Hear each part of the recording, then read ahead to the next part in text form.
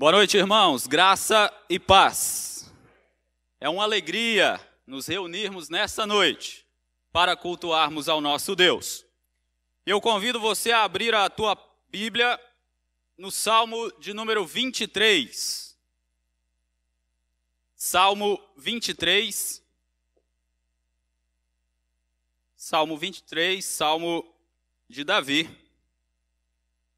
Penso que é um desafio pregar em um texto muito conhecido, porque certamente alguns até conhecem de cor este salmo.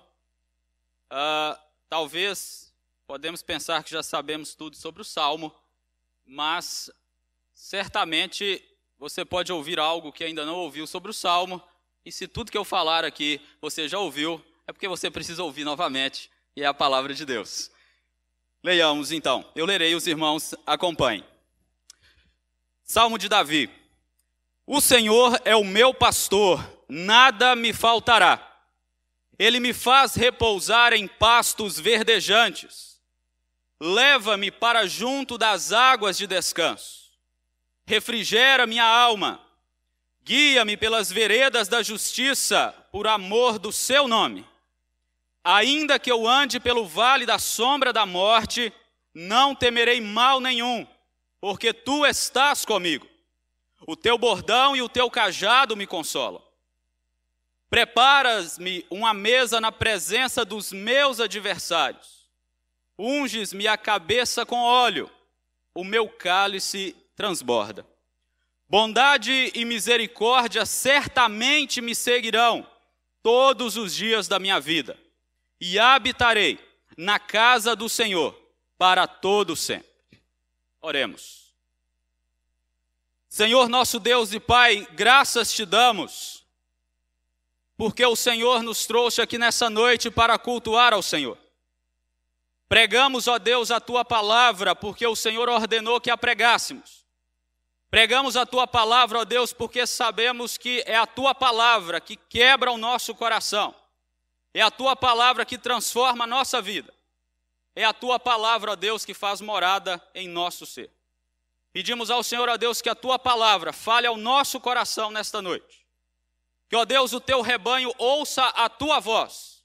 O Senhor, que é o nosso supremo pastor, certamente falou, fala e continuará a falar conosco hoje e para todo sempre. Que assim o Senhor continue a nos abençoar. Amém. Um poeta foi convidado para declamar o Salmo 23 em um evento. E este poeta se preparou e, com toda a sua eloquência e habilidade em declamar um poema, ele então o fez no Salmo 23. Quando ele terminou de declamar aquele poema, no caso o Salmo 23, as pessoas estavam de pé, aplaudindo, eufóricas, felizes, tamanho a desenvoltura daquele poeta. E aquele poeta, já prevendo esta reação, pediu licença, chamou um amigo seu, que por acaso era pastor, e disse que ele também iria declamar o Salmo 23.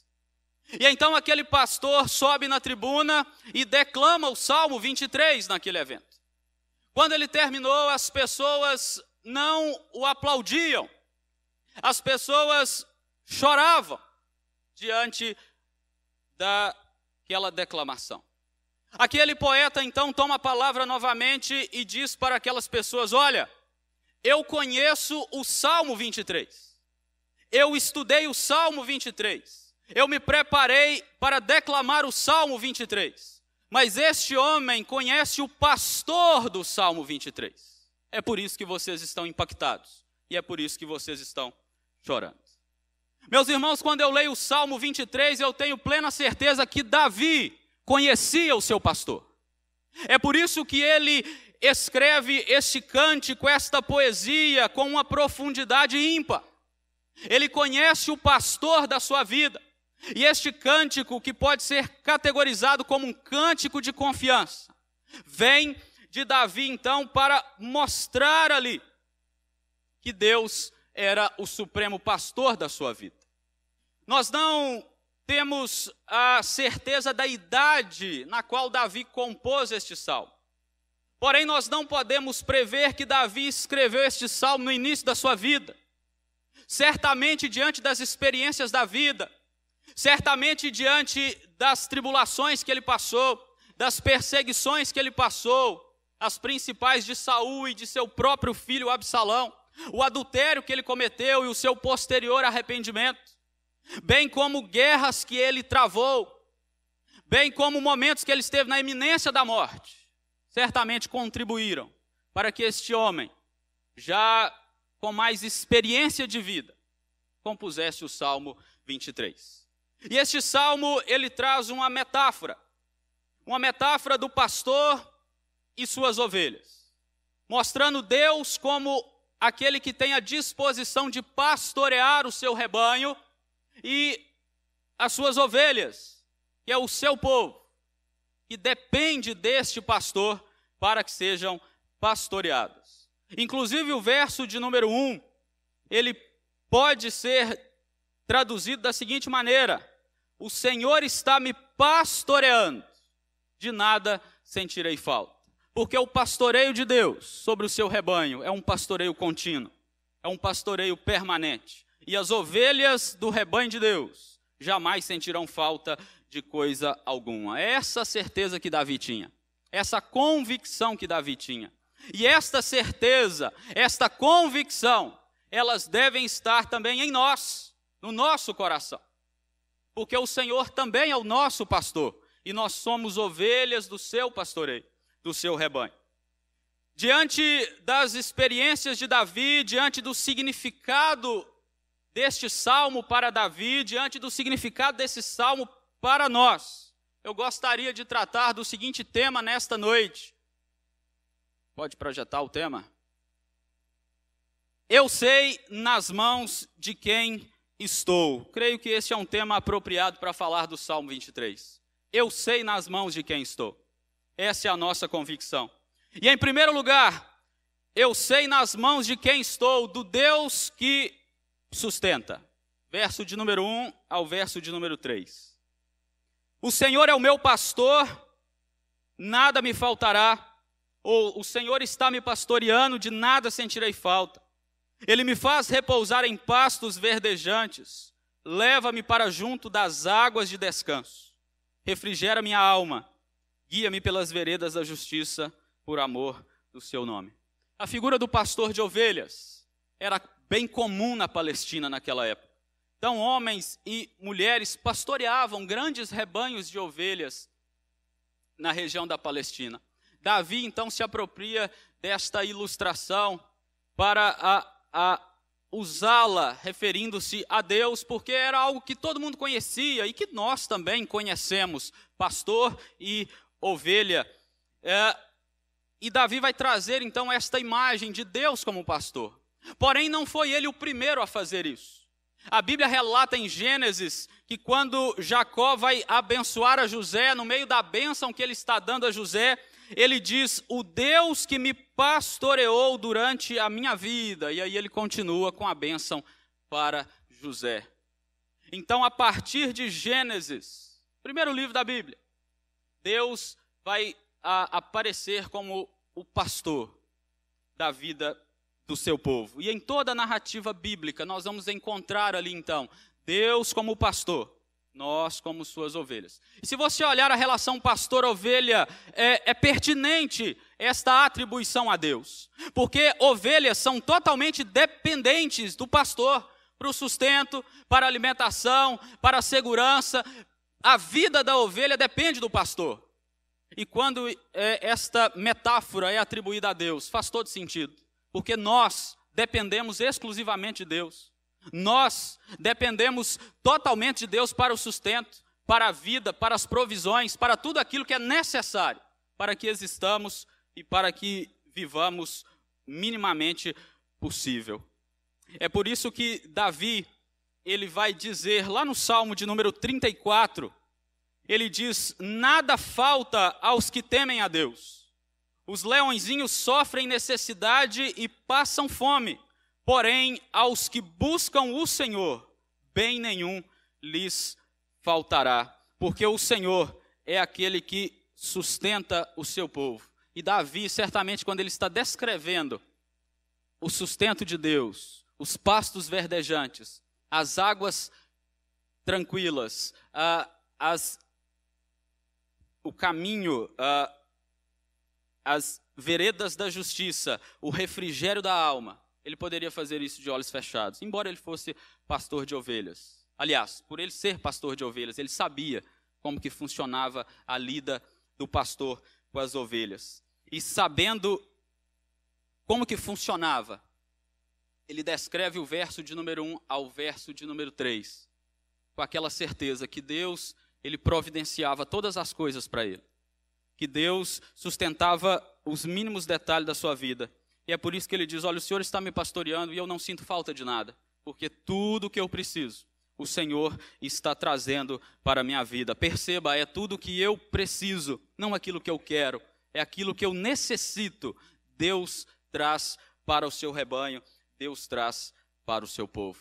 Davi sabe também que as ovelhas, elas são frágeis, e se o pastor não conduzi-las ao alimento, elas não conseguirão pastar. É por isso que, usando da metáfora pastor-ovelhas, no verso 2 ele diz: ele me faz repousar em pastos verdejantes. É interessante que na Palestina, pastos verdejantes havia em abundância quando chovia. Só que há muitas regiões na Palestina que são regiões desérticas. Então o pastor muitas vezes tinha que conduzir um enorme rebanho por terrenos irregulares, um enorme rebanho por alguns locais difíceis que poderiam ter lobos vorazes, que poderiam ter ladrões ali, para levá-los a pastagens verdes. E eles deveriam também construir apriscos ou abrigos para que essas ovelhas permanecessem seguras durante as intempéries da noite. Tudo isso tornava o ofício de pastor na Palestina algo difícil, algo incerto, algo duvidoso. Mas quando Davi faz referência a Deus como seu pastor, ele não está falando de algo duvidoso, ele está falando: ele me faz, ele me leva a repousar em pastos verdejantes. É certeza, porque Deus, ele não trata do seu rebanho com incerteza. Deus não falha, não há dúvida, não é duvidoso o sustento de Deus para com o seu rebanho. Em todo o tempo, Deus sustenta o seu povo. Por isso que Davi tem essa convicção, por isso que Davi tem essa certeza. Os pastores lá da Palestina poderiam falhar com as suas ovelhas, mas o Deus Todo-Poderoso, o pastor de Davi, não falhava com ele. E não falha com o seu povo, e jamais falhará com o seu povo. E ele prossegue dizendo: ele leva-me para junto das águas de descanso, porque quem se alimenta também precisa beber. Voltando novamente ao contexto da Palestina, o Rio Jordão, por exemplo, entre tantos rios que existem lá, em alguns locais ele tem corredeiras muito fortes, correnteza.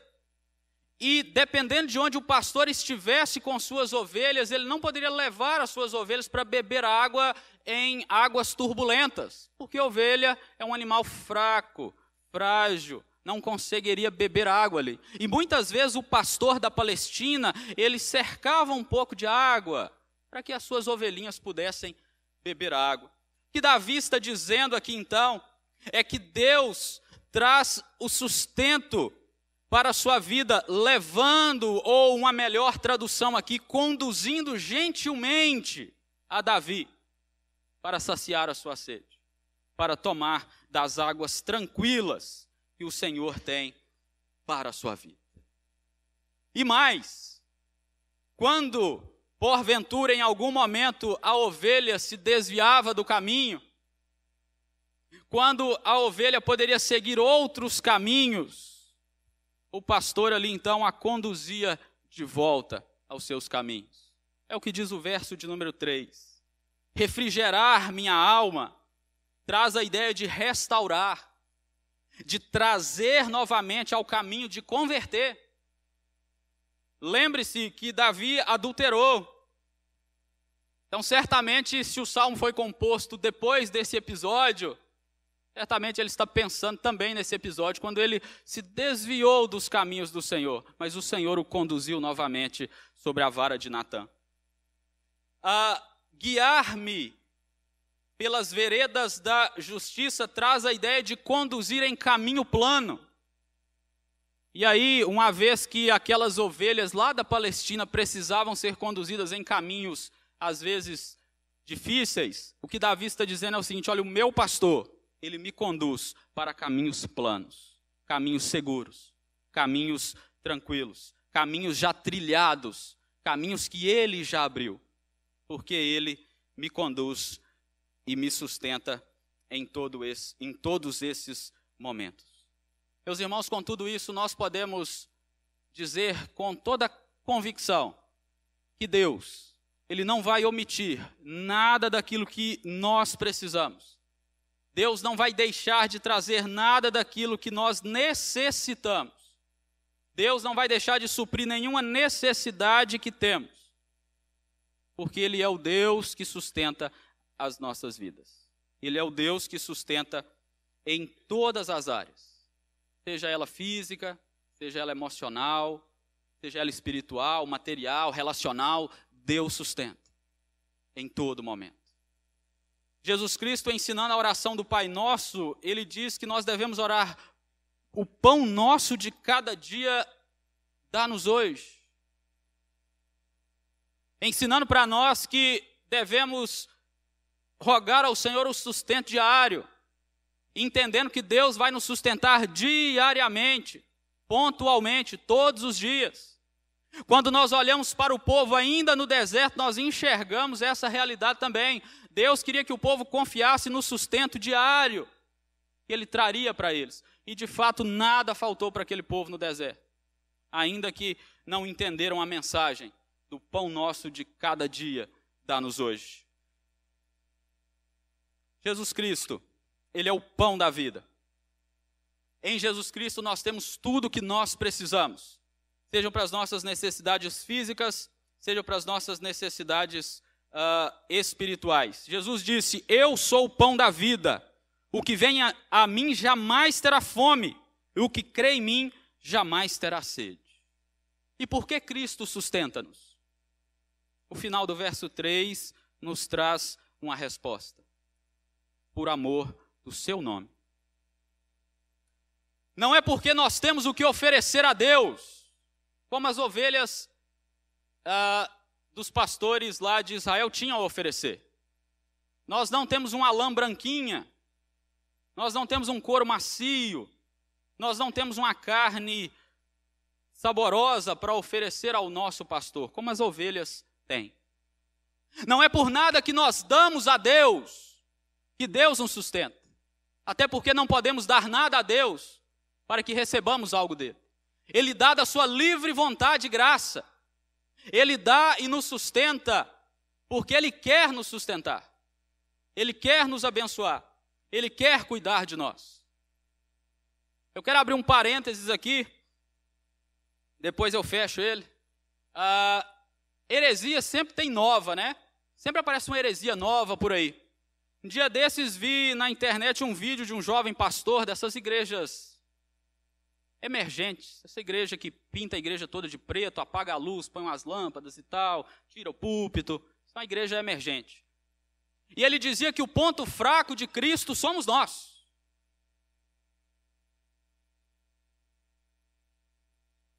Não podemos ser ponto fraco de Cristo. Cristo não tem ponto fraco. Se fôssemos o ponto fraco de Cristo, Cristo não seria soberano. E Ele não seria o pastor que sustenta por amor ao seu nome. Há um equívoco, há uma heresia muito grande nessas palavras deste jovem. E aí eu fecho o parênteses desse jovem. Deus, Ele nos sustenta por amor do seu nome. Este é o ponto. Não é pelo que nós fazemos. Não é porque nós somos o ponto fraco dele. Não, Deus é todo poderoso. Deus é soberano. E Ele decidiu nos amar e sustentar as nossas vidas. Em segundo lugar, eu sei nas mãos de quem estou, o Deus que sustenta e também o Deus que me guarda. Verso de número 4 e verso de número 5. o Deus que sustenta. E em segundo lugar, o Deus que guarda. Davi diz assim: ainda que eu ande pelo vale da sombra da morte, não temerei mal nenhum, porque tu estás comigo. O teu bordão e o teu cajado me consolam. Prepara-me uma mesa na presença dos meus adversários. Unges-me a cabeça com óleo. O meu cálice transborda. O fato de Deus sustentar-nos não é um indicativo de que teremos vida tranquila sempre. É necessário que passemos por adversidades. É necessário que passemos por tribulações. É necessário que passemos por diversos problemas para o nosso próprio crescimento. Davi sabia disso. Davi sabia que Deus o sustentava nos momentos de calmaria, como ele relata aqui no verso de número 1 ao verso de número 3. Pastos verdejantes, água tranquila, guiando-me, ele me faz repousar, ele refrigera minha alma, ele guia-me na tranquilidade.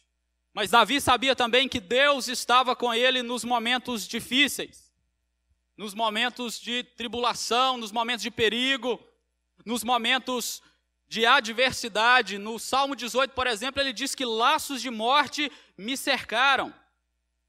E ele vai prosseguir no Salmo 23, continuando com a sua metáfora, dizendo: ainda que eu ande pelo vale da sombra da morte, ou pelo vale escuro. Aqui também é uma referência a algumas regiões da Palestina. Regiões escuras, regiões sombrias, que poderiam habitar ali animais ferozes, que ladrões poderiam estar escondidos à espreita. Então, para a ovelha, vales sombrios, vales escuros representavam perigo.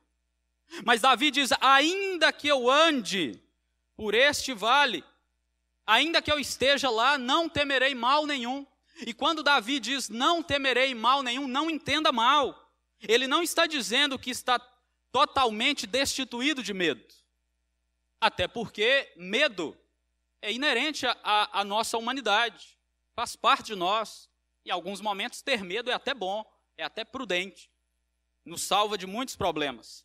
Mas ele diz que não temerá nada por causa da cláusula que ele coloca no final do versículo 4. E aí ele muda a sua conversa, agora ele está falando direto com o seu pastor. Porque tu estás comigo, Senhor. Porque o pastor dele está com ele. Ainda que ele esteja lá no vale da sombra da morte, Deus está com ele lá. Então ele não vai temer. Porque aquele que guarda a sua vida está com ele em todo o tempo. Então Davi ele não se abriga em segurança carnal. Davi ele não confia nos homens simplesmente. Davi ele confia no seu pastor. E aí ele não teme. E ele diz que o bordão e o cajado do seu pastor o consolam. O bordão, que era usado para afugentar as feras, para uma luta, se necessário, com possíveis ladrões. O cajado, que era uma vara longa com um gancho na ponta, para manter as ovelhas no caminho ou resgatá-las de quando caíssem em algum precipício. Davi usa essas figuras para falar: olha, o Senhor me guarda em todo momento. Meus irmãos, já pensou? Pode haver um consolo maior do que esse para uma ovelha frágil como nós? Saber que o nosso Deus nos guarda em todo o tempo, aonde nós estivermos, na situação que estivermos. Pense que não há consolo maior do que saber que não dormita nem dorme o guarda de Israel. O Senhor é quem te guarda, o Senhor guardará a tua saída e a tua entrada, desde agora e para sempre. É nesse Deus que nós devemos confiar. É no nosso pastor que nós devemos confiar. O Salmo 46 diz ainda que ele é socorro bem presente nas tribulações. Ainda que montes se abalem, tudo se transtorne, Deus está com o seu povo. E Davi tinha esta certeza inabalável, que deveria buscar proteção no seu Deus, no seu pastor, no seu Senhor. E assim também nós devemos fazer. Sabendo que o crente passa por problemas, passa por adversidades, passa por tribulações. O Salmo 44, ele traz uma afirmação interessante que se aplica mais aos nossos irmãos da igreja perseguida. Somos entregues à morte, por amor a ti, somos entregues à morte todo dia, como ovelhas para o matadouro. Mas ainda que nossos irmãos da igreja perseguida estão sendo entregues literalmente à morte por amor a Deus, ainda que eu e você passemos as nossas adversidades da vida, nós devemos confiar e podemos confiar naquele que está sempre pronto a nos guardar, a nos conduzir, com o seu bordão e com o seu cajado. É o nosso pastor em todo o tempo. O verso de número 5 traz uma divergência de opinião entre estudiosos. Para alguns, preparar uma mesa na presença dos adversários, ungir a cabeça com óleo e o cálice transbordar, é uma metáfora da relação pastor-ovelhas. Para outros, não. Para outros, Davi está falando de um banquete literal, de uma festividade, literalmente falando. Se é um ou se é outro, não vai fazer muita diferença, porque o assunto é o mesmo. A benevolência de Deus e o sustento e a guarda de Deus sobre a vida do seu povo. Mas, preferindo a segunda opção, que apresenta o cálice, apresenta a mesa posta, a unção com óleo, nós entendemos que o óleo, na Escritura Sagrada, você vai encontrar diversas referências a ele como um símbolo de unção, de consagração. O cálice transbordante é símbolo de abundância. Davi está retratando aqui um banquete, uma festividade digna de um convidado de honra. E o verso 5, ele pode ser traduzido de uma melhor maneira assim: preparas um banquete para mim, onde os meus inimigos podem me ver. Qual que é a ideia que Davi está trazendo aqui? Olha, há uma festividade, há um banquete na presença de Deus. Os inimigos podem até ver este relacionamento pactual que eu tenho com Deus, este relacionamento pastor-ovelha que eu tenho com Deus, mas eles nada poderão fazer para tirar esta minha alegria. Nada poderão fazer para tirar de mim este relacionamento de união, de intimidade com o meu pastor, porque é Deus que me guarda. É isso que Davi quer dizer com o verso de número 5. E o Senhor é o seu protetor, aquele que o guarda. Jesus disse certa vez: eu sou a porta das ovelhas. Se alguém entrar por mim, será salvo. Entrará e sairá e achará pastagem. Voltando para a metáfora pastor-ovelha, é interessante essa afirmação de Jesus. Porque na Palestina, o aprisco ou o abrigo que era construído para que as ovelhas ficassem, ele não tinha porta, era um cercado de pedra.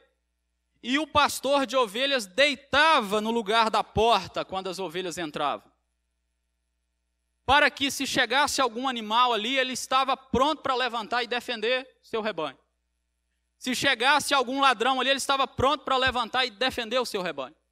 Quando Jesus diz então, eu sou a porta das ovelhas, ele está dizendo, é eu que guardo o meu rebanho.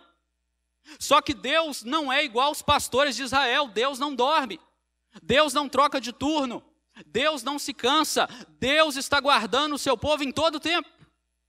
Em todo momento, Cristo Jesus está de fato ao redor do seu povo. Mas é importante salientar, meus irmãos, que aqueles que fazem de Cristo Jesus o seu abrigo seguro, aqueles que buscam proteção em meio aos perigos e adversidade, são aqueles que creem em Cristo Jesus como seu único e suficiente Salvador. O pastor, ele tem compromisso com as suas ovelhas. O pastor não tem compromisso com aqueles que o desprezam, com aqueles que não creem nele, com aqueles que não confiam nele, com aqueles que não reconhecem a sua presença. Jesus Cristo tem compromisso com o seu rebanho, e é fiel a Ele e crê nele em todo momento. E seguindo para o terceiro argumento, eu sei nas mãos de quem estou, do Deus que é presente. Verso de número 6.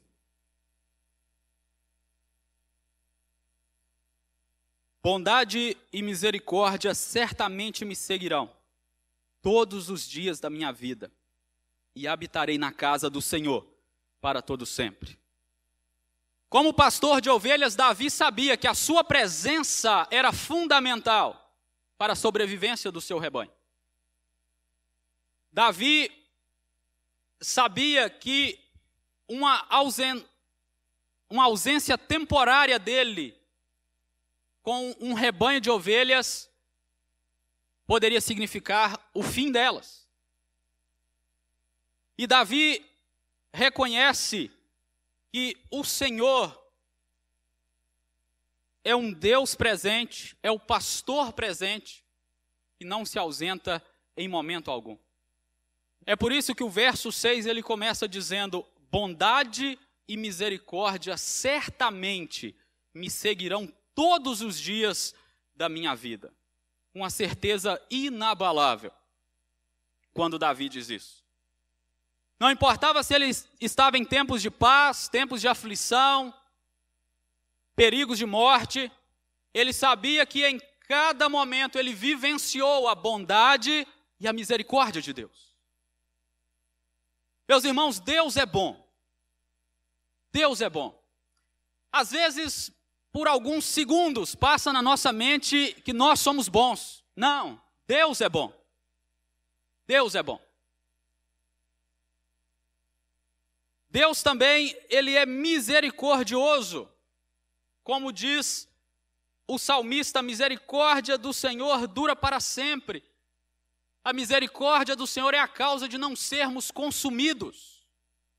Então Deus, Ele é todo bondoso, todo misericordioso, e isso faz parte do seu caráter.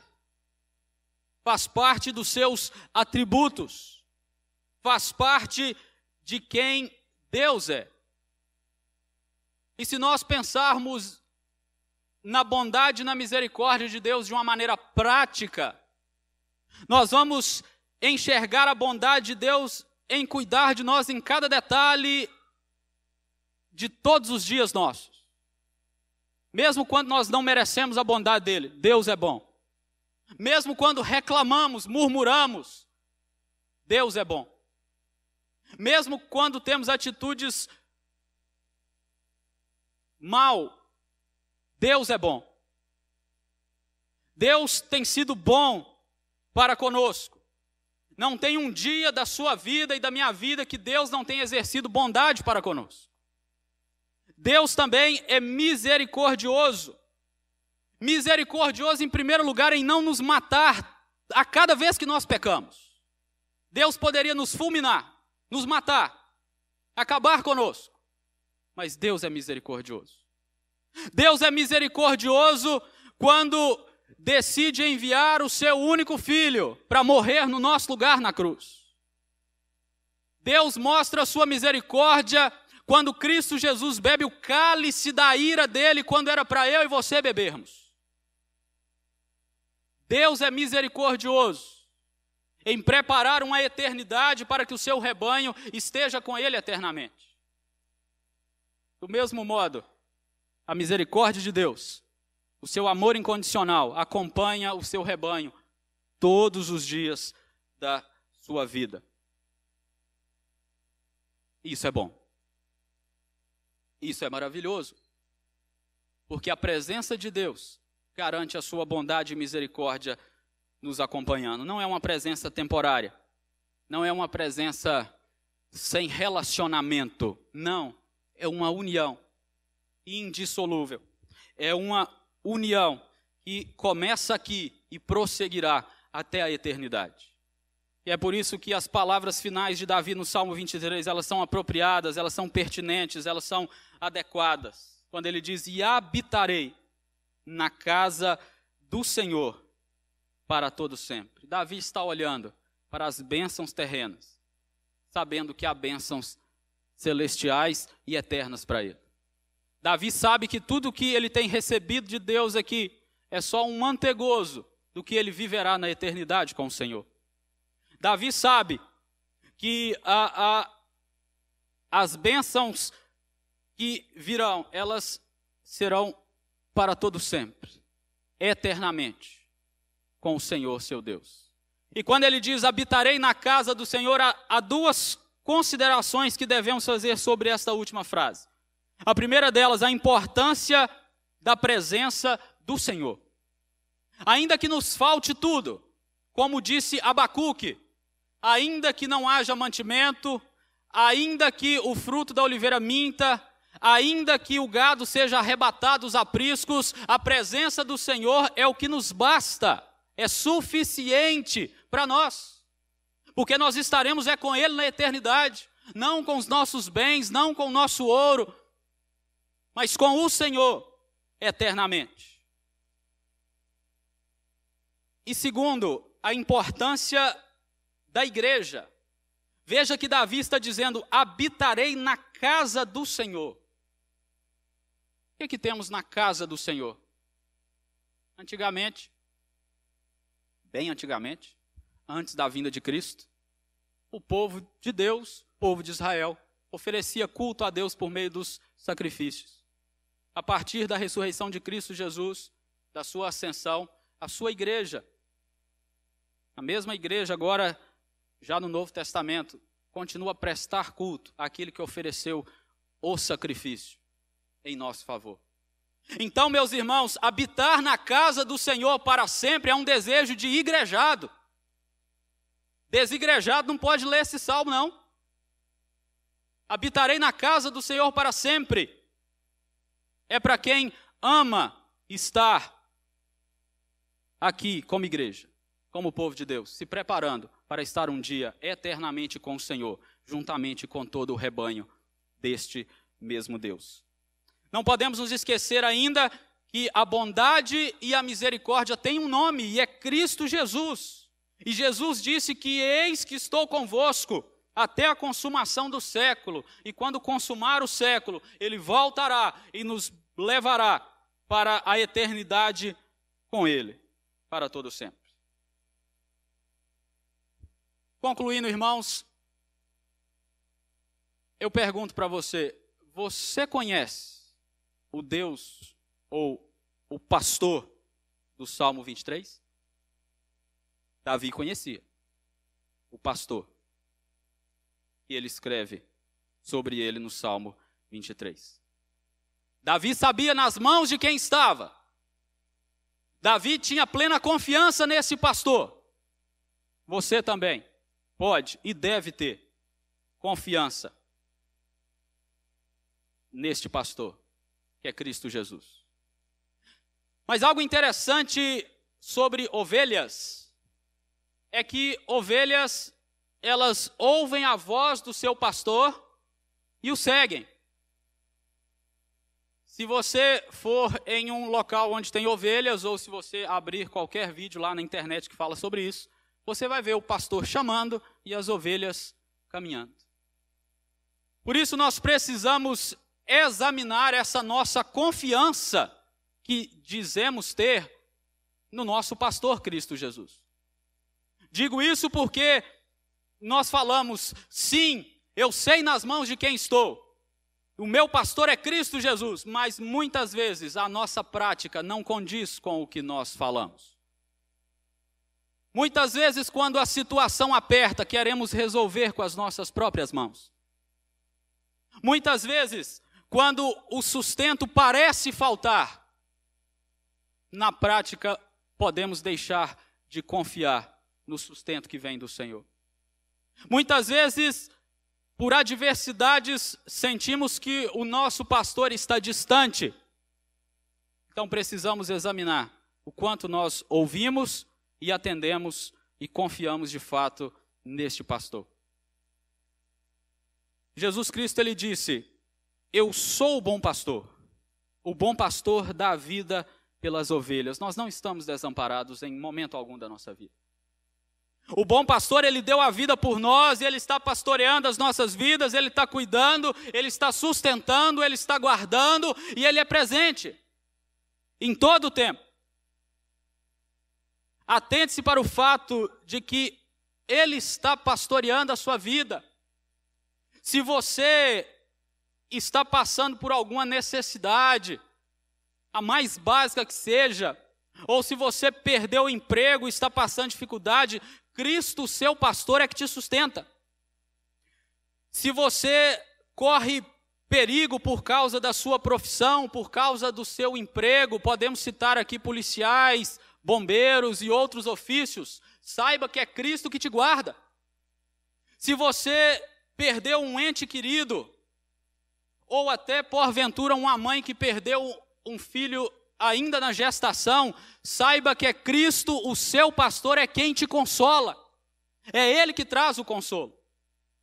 Se você está achando-se distante do Senhor, e talvez até está duvidando da presença dEle, independente do que nós pensemos, independente do que você pensa, Cristo, seu pastor, continua presente.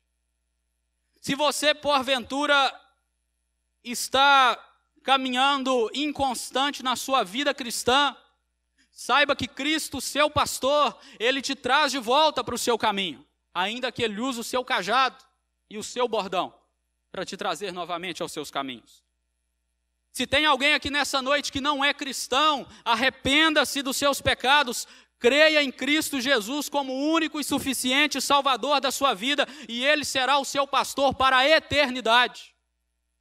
Assim, meus irmãos, que tenhamos todos nós a certeza que estamos nas mãos do bom pastor, aquele do qual o livro de Apocalipse diz: ele se encontra no meio do trono e está apacentando e guiando as suas ovelhas até as fontes da vida. Amém.